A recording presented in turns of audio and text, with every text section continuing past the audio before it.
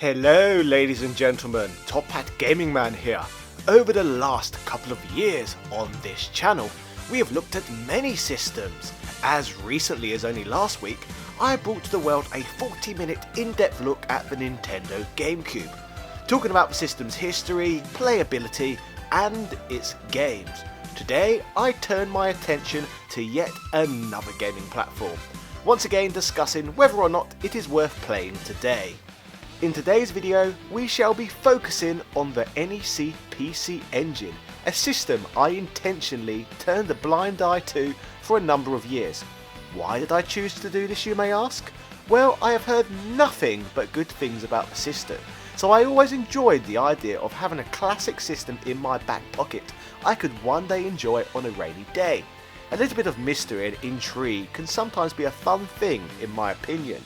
Over the last few months, this has finally changed, and I have dived into the system's library and history to finally bring to you one of the most requested videos in my channel's history. It is now time to embark on yet another console retrospective. So, the NEC PC Engine, pronounced in Japan as the PC Engine, is a system that is a product of a collaboration between two companies. The first of these, of course, being NEC. This company was previously known as Nippon Electronic Company Limited Home Electronics. It is a Japanese-owned multinational IT service, communications and technology provider which has run out of Tokyo since the 80s and even still operates to this day, continuing to be highly successful. The second party involved in this console's existence is everyone's beloved Hudson Soft, the company which has brought us Bomberman to the world, amongst other things. The two companies met by coincidence, as at the time Hudson were looking into creating their own console, but the lack of funds to be able to do it alone.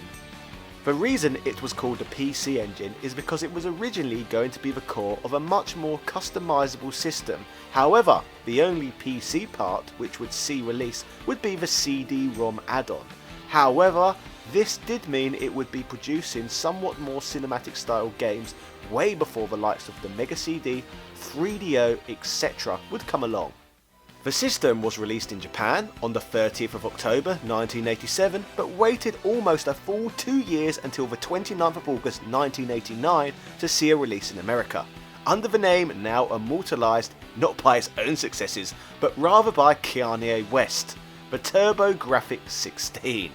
There was also a limited release the following year, in both England and Spain in 1990, also under the name of TurboGrafx, though it was also released in France a year prior to that, retaining the name of PC Engine. The reason for the PC Engine's existence was to cash in and compete with the Nintendo Entertainment System's newfound success. However, it also ended up battling with the Mega Drive and the SNES predominantly. Though it was technically meant to be a 16-bit console, it actually used an 8-bit CPU, combined with a 16-bit video color encoder and a 16-bit video display controller. I'll let you technophiles explain what this means to me in the comment section. The graphic processing unit is capable of displaying 482 colours simultaneously out of a possible 512. With regards to the size of the Japanese version of the machine, it was actually much smaller than all of the other options on the market at the time. Its dimensions was approximately 14cm by 14cm with a depth of roughly 4cm. In fact, it was quite famous for being so small yet so powerful, and was particularly well loved for its ability to play shoot 'em ups on the basis it could handle a lot of sprites at once. So in general, the game suffered a lot less than the NES in regards to providing an embarrassing amount of terrible flicker on the screen. In regards to the media format, Hudson Soft developed their own kind of cartridge to be used in the PC Engine, which was called the HuCard or HuCard, however it's supposed to be bloody pronounced.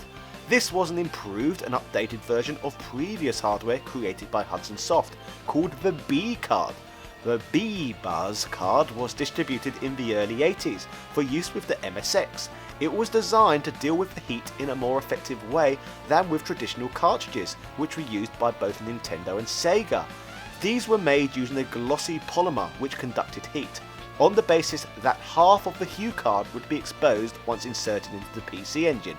The fact that it conducted the heat meant that it drew heat out of the machine, which would drastically lessen the risk of the system overheating. There were several types of HuCards produced. Version 1.0 and version 2 added more memory. Version 2.1 managed to remove several prevalent glitches which made playing and producing games much better. The most impressive release, however, came in version 3.0. This version was known as the Super CD card. The reason it was so important was because not only did it vastly improve the memory, it also allowed more colours and special effects, which included scaling, rotation and many things more. There was also an arcade card which was produced all the way until 1994. This further improved upon memory and also allowed for the use of basic polygons. Despite what crazy Kanye might make you think, the TurboGrafx sold very poorly in America. In 1988, NEC decided they wanted to bring the PC Engine to the American market. One of the reasons attributed to it selling poorly there was on the basis that although it claimed to be the first 16-bit console, it was said to have been deceptive due to the 8-bit CPU. Obviously, as we all know, Nintendo were up to all sorts of illegal and dirty activities in the region at the time. The NES's dominance was outrageous, so no one stood a chance really. Another reason it didn't perform well against Nintendo and Sega is because for some stupid reason, the American marketeers, primarily led by NEC technology bosses, I can't pronounce that name, decided the machine deserves a hideous American supersize me diet transformation.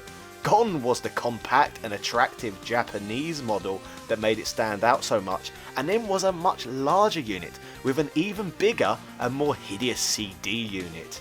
Yuck. And they have the audacity to say this design was much more futuristic. What a joke! This in turn came with an enormous comically sized box, which further contained a case to cover both units. This was such a horrible transformation that the American CD unit is now extremely rare to procure, as nobody wanted it. This same group of Americans also felt the name PC Engine was a boring name, which, if I'm honest, I'm in total agreement with. Soon instead they named it the TurboGrafx, which is a much more rad and mondo name in my opinion. In Europe, a planned release was mostly abandoned. There was, as mentioned, a limited release in France, and in sunny old England a company called Telegames brought all of the remaining stock which was not sold in France, and made it available in England via mail order. Whilst a massive fat failure over the surface of most of planet Earth, in Japan on the other hand they found the PC Engine performing marvellously. Worldwide the PC Engine / TurboGrafx sold approximately 5.8 million units, but 3.9 million of those units were sold in just Japan alone. Initially in Japan, the Famicom was kicking the PC Engine's tiny little bottom for a while, but the tide would turn when a company called IREM converted its highly successful arcade game R-Type for the platform. The results were outstanding. The game in the home was as close to identical as the arcade version as could have been graphically achieved at the time. To put this into further perspective, the PC Engine was even starting to manage to outsell the Famicom in the region. In addition to all of this, let's not forget how amazing the software supplied by Hudson Soft was. NEC even managed to gain incredible third-party support before Nintendo did, which worked wonders for them. This would include the likes of Sega, Namco, Konami and Capcom. Need I say more? Fast forward a short amount of time, Japan would see the PC Engine competing as one of the main rivals to the Super Famicom. NEC and Hudson would keep bringing new ideas to the table, which was keeping the machine fresh. All in all, there was many variants which included a CD-ROM add-on and a portable version too, a system I hope to be able to review myself one day. The beloved Mecca for all computing and gaming history lovers, known as the Centre for Computing History in Cambridge, has provided on their website a full list of the different variants for the PC Engine. This list is as follows, and I shall read it as presented on their website, as there is no greater experts in this country in my somewhat humble opinion. So starting off with some of the general machines, we started off with the PC Engine of course. This was the original white unit, which had a simple RF output that was released in 1987. After that, the briefcase system was released, which came in a smart case with a handle.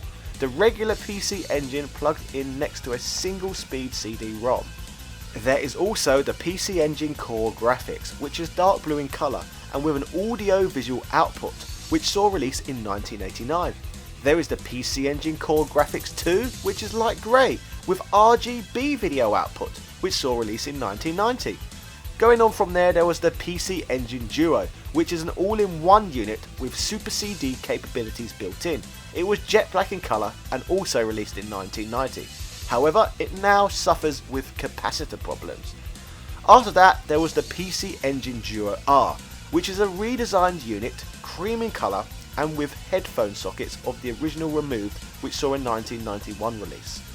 The true sequel to the PC Engine was the PC Engine TurboGrafx, which was a knee-jerk reaction to the Super Nintendo.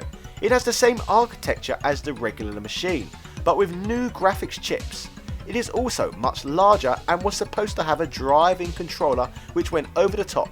This peripheral never made it past the prototype stage. Released in 1991, the TurboGrafx was found to conflict with the CD-ROM drive, and a switch had to be fitted to the back hurriedly. It was soon abandoned in favour of expanding the CD systems card technology. Only 5 games were ever released for this failed platform. 1992 saw the release of the PC Engine Duo RX, which was pale blue in colour, identical to the Duo R, but with its own 6-button controller for the use with Street Fighter II. Aside from these platforms, we also have the American machines. They started off with, of course, the TurboGrafx, which as mentioned was twice the size of the original Japanese machine. The games were region locked on the Hue cards or turbo chips as they were called in the US. This US rehash was released in 1990. Next, they got the Turbo Duo in 1991, which was identical in looks to the PC Engine Duo. This system could play CDs from any region, but the cards were locked to the US.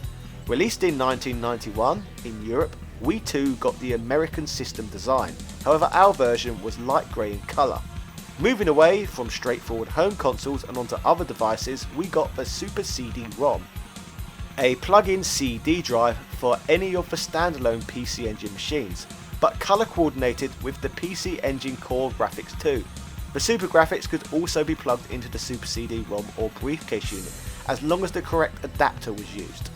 PC Engine GT or Turbo Express, depending on which region you are from, this handheld machine is like a huge Game Boy, however it took the same cards as the regular machine, making it literally a portable version of the PC Engine, kind of like how the Sega Nomad was a portable Genesis. We shall be looking at this version of the machine in detail in a few weeks' time on this channel, in one of the exciting upcoming episodes of Handhelds Around the World. One of the most sought after NEC machines is the PC Engine LT. The LT stands for laptop, and the machine has a large 4-inch display that closes over the machine, hence the name, and it can plug into a briefcase system or use an adapter for the Super CD-ROM drive. There is also the Pioneer LaserVision, which is extremely rare and expensive. This was a Laserdisc player that took in plug-in modules. 3 were made, a PC Engine, Mega Drive and a karaoke one. Honestly, if you have the time, please do visit the amazing Cambridge Centre of Computing. The vast majority of the workers are volunteers and they put on some absolutely excellent events, showcasing some of computing history's most poignant and substantial characters. If you specifically want to see some of their models of the PC Engine, they have out the original white model, which they have lovingly modified to output via AV wires. After some moderate success for NEC, we were moving closer into the PlayStation and Sega Saturn era of gaming. By 1994, NEC released a brand new console, the Japan-only PC FX, a 32-bit system with a tower-like design. It enjoyed a small but steady stream of games until 1998, when NEC finally abandoned the video game console industry altogether. Instead, NEC supplied rival Nintendo with a CPU for the Nintendo 64, released in 1996, and former rival Sega with a version of its Power VR 2 GPU for the Dreamcast, released in 1998. In even more recent history, a number of TurboGrafx 16 and TurboGrafx CD games were released on Nintendo's Virtual Console download service for the Wii, Wii U and Nintendo 3DS. including several that were originally never released outside of Japan. Further to this, TurboGrafx 16 games were released on the PlayStation Network for play on the PlayStation 3 and PlayStation Portable in the North American region. In the year of 2010, Hudson released an iPhone application entitled TurboGrafx 16 Gamebox, which allowed users to buy and play a number of select TurboGrafx games via in-app purchases, and most recently of all, in 2016, our favourite rapper and internet troll, Kanye West, released his 8th solo album, which was initially announced to be titled TurboGrafx 16. However, this strange idea was later dropped. So, now we have discussed in depth about the system's global history, including its rise and fall, let's look at the key features that make the system so timelessly attractive. The bloody games. Yeah. If you can recall back, R-Type was bloody ported to everything back in the day, and the PC Engine version of this game is one of the strongest versions of all. In fact, this game was so well ported, it was one of the reasons as to why the PC Engine performed so well in Japan. The game offers fantastic graphics, gameplay and sound alike. An interesting factoid though is the PC Engine version of R-Type is only half of the arcade game, as the other half of the game was released separately as R-Type 2, although the true full game later saw a release using the system's CD add-on. The PC Engine also features a range of different Bomberman titles. As you would expect, these games all play like any other Bomberman game really, which is never a bad thing. These Bomberman games are notable for being first-party Hudson Soft titles, so are must-own games for anyone interested in the PC Engine's overall history. As stated, there is nothing spectacular to report here, however these are perfectly adequate games just like so many others within the Bomberman series. It is debatable as to whether it's Bomberman or Bonk, as to who is the true mascot of the PC Engine. Whilst Bomberman is probably more well known today, my vote goes to Bonk. Firstly, because his games are traditional 2D side-scrolling platformers, much like Super Mario and Sonic the Hedgehog, but also because his name in Japan is literally PC Kid, which would lead me to believe that the character was heavily marketed towards being the main man. There are 3 solid Bonk games to be found on the system, which from my experience all look and play pretty similar. There doesn't seem to be that much separating them, however I would probably give the second and third games the edge overall when it comes to quality. These traditional side-scrollers offer lots of strange power-ups, and one of the most satisfying attacks I have ever used within a game. In order to kill enemies, Bonk can jump into the air and drive his skull into his oppositions, inflicting collateral damage to anyone who gets in his way. These games are bright, colourful and overall jolly good fun in my humble opinion. 1989's Gunhead, known as Blazing Lasers in North America, is a game that is so bloody good that even Kanye West himself took to Twitter to praise the game as his favourite of all time. The Kanye West PC Engine link makes me chuckle a bit every time I mention it, simply for being so bloody bizarre. In this game, the player takes control of Gunhead Starfighter through 9 vertically scrolling areas. The player's mission is to destroy the Dark Squadron and its 8 enemy super weapons. Many consider this game to be the best space shooter in the entire genre, and playing it myself, the game does seem to stand up there with any really. Bravo Man, which is also known as Bioboxer and Brabo Man, is a 1988 beat-em-up horizontal scrolling shooter hybrid arcade game developed and released by Namco for the arcade and ported to the PC Engine. Bravo Man can mainly use his telescopic limbs to attack enemies. Depending on his position, he will either use his arms, legs or head to attack. For underwater stages, Bravo Man transforms into a fish-like creature, and the game then works like most horizontal scrolling shooters. I like this fun, quirky game, even if at times the playable character feels a little bit oversized on the screen. The sound effects in the game make when you kill enemies is particularly satisfying. This game also has the accolade of being the first PC Engine game I ever played, which was during the Blackpool Play Expo earlier this year. Keith Courage was a launch game for the US release of the TurboGrafx, and in my opinion, this platforming star has one of the worst names in gaming history. So we have characters like Super Mario, Sonic the Hedgehog, and Keith Courage. But the name Keith just doesn't sound that heroic to me personally, and sounds more suited to the likes of a banking assistant or accountant to me. I'm not really sure why on earth they wouldn't have chosen to name the bloody character something other than Keith.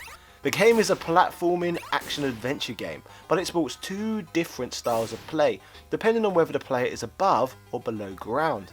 In the overworld, Keith is a simple, adventurous human with a short sword and 3 heart containers.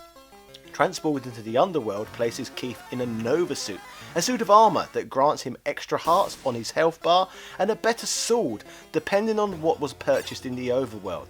The game seems to play too slow as a boring regular Keith and too fast as Robo Key. So this entry certainly isn't the best game in the world, but it's one of the more famous ones to talk about when mentioning the PC Engine. Many of us who live in the West, which is nothing to do with Kanye this time by the way, love Splatterhouse 2 and 3 for the Sega Mega Drive. However, if you want to play the first Splatterhouse game, then you can do so on the PC Engine. The game plays much like other Splatterhouse games, and this is bloody good fun using a plank of wood to splatter various limbs and human-like organs against the wall in this game. I quite like the Splatterhouse series and had a good amount of fun with this one. One of the most famous games on the PC Engine is Castlevania Rondo of Blood. There seems to be a lot of confusion with this title as to whether it is the same game as Dracula X and Vampire Kiss on the Super Nintendo. However, I can confirm that it seems to be a different title altogether, with certain assets being used to influence its SNES counterpart years later. As you may expect, the game features classic Castlevania greatness and is amongst the finest games for the NEC platforms. Everything about this game is sublime, from the music to the graphics and the gameplay. My only gripe is that this is the first Castlevania game that started to drag some bloody anime influences into the franchise, the start of a slippery slope that has reduced Vania's aesthetics for me somewhat. I for one do not really think of anime when I think of vampires in Eastern Europe, so I would much welcome a more European art style in presentation with the Castlevania series. It's a shame really that they have to animify everything. Okay ladies and gentlemen, you may or may not be aware, but I'm only really scratching the surface of the PC Engine's library of games within this video. But fear not, as next week I am jetting off to Greece for the entire summer to shoot a whole series of handhelds around the world. We have a lot of systems to cover, but within all this I shall be covering the PC Engine GT. So what games would you like me to talk about next time I talk about the PC Engine, in portable form this time? Overall for me, experiencing the PC Engine was a strange one. My first depth experience with the platform during a Twitch livestream left me feeling somewhat underwhelmed. However, after exploring the library more and more and playing some of the games a few times over, the library is really starting to grow on me. Graphically, at one point in history, this was amongst the most impressive systems in existence and would have looked a completely different level to the likes of the NES and Sega Master System. However, if we are talking 16-bit gaming, you will probably have richer experiences by spending time with the Super Nintendo or Sega Mega Drive. If we take all other systems out of the equation though, and try and judge the PC Engine simply on its own merits, the system still stands tall as a great little platform with a large library of fun, colourful, aesthetically pleasing games. So if you have not found the time to experience its library yet, I couldn't really begin to recommend it enough. So is the PC Engine / TurboGrafx worth playing today? Well, of course, bloody of course. If you like this video, do not forget to like, comment, subscribe and hit the notification bell for in-depth content like this on this channel every single week.